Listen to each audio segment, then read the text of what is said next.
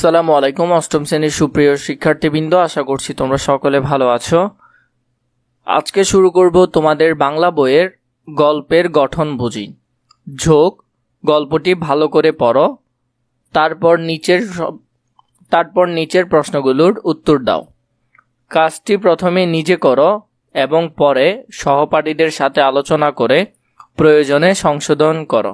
উপরে গল্প যেটি দেওয়া রয়েছে এটি তোমরা ভালো করে পড়ে ফেলবে। আগে পড়ে ফেলার পর নিচের প্রশ্নগুলো এবং ছকগুলো পূরণ করবে। প্রথমে দেওয়া আছে কাহিনী কি নিয়ে। কাহিনী ছিল গরিব প্রজাদের শোষণ নিয়ে কাহিনী রচিত হয়েছে। কি কি ঘটনা আছে? মহাজন প্রজার মধ্যে সম্পর্ক, ক্ষুধা দারিদ্র, শিক্ষার আলো থেকে বঞ্চিত সমাজচিত্র। এর পরেরগুলো দেখো, কোন কোন চরিত্র আছে? ওসমান, মজু বিবি, ওয়াজেদ চৌধুরী, ইউনুস, তোতা, টুনি, করিম গাজী, নবু খা। লেখকের দৃষ্টিভঙ্গি কি? লেখক মূলত সমাজের নির্যাতিত শোষিত শ্রেণীর ওপর শোষকের নির্যাতনের দিকটি তুলে ধরেছেন এখানে। জীবনের সাথে গল্পের সম্পর্ক খুঁজি। যোগ গল্পের আলোকে নিচে কয়েকটি প্রশ্ন দেওয়া হলো। 100 থেকে 150 শব্দের মধ্যে প্রশ্নগুলোর উত্তর প্রস্তুত করো এবং পরে সহপাঠীদের সঙ্গে আলোচনা করে প্রয়োজনে নিজের উত্তর সংশোধন করো। প্রথম যে প্রশ্নটি, কৃষক ওসমানের জীবনের আনন্দ ও বেদনার কয়েকটি দিক তুলে ধরো।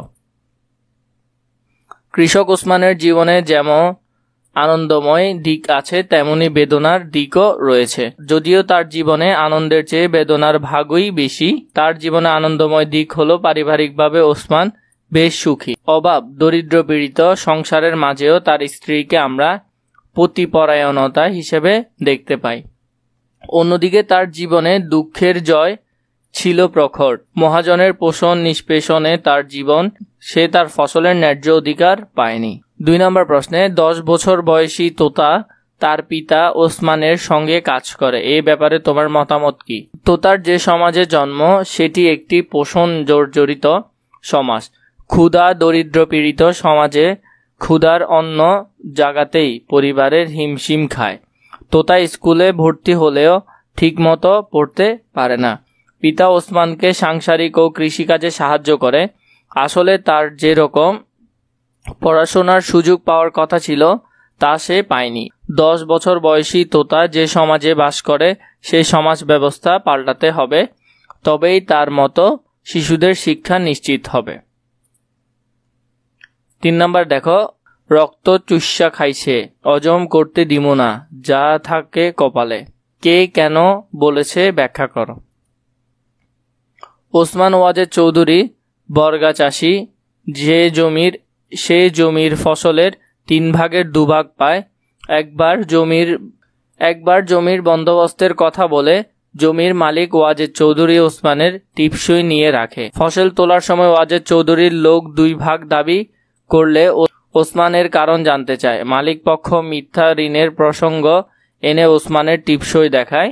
এতে ওসমানের ক্ষিপ্ত হয়ে তীব্র প্রতিবাদ জানায়, বলে রক্ত চুষা খাইছে হজম করতে দিমু না, যা থাকে কপালে। ওসমানের সঙ্গে বাকি নির্যাতিত চাষিরাও যোগ দেয়। যোগ গল্পে লেখক সমাজের কোন বিষয়ের দিকে ইঙ্গিত করেছে?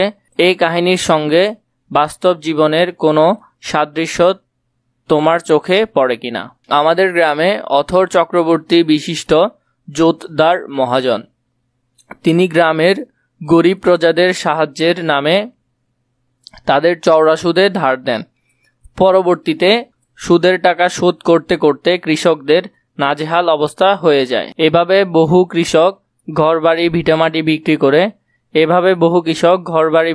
বিক্রি করে মহাজনের ঋণ শোধ করতে একেবারে নিঃস্ব হয়ে গেছে।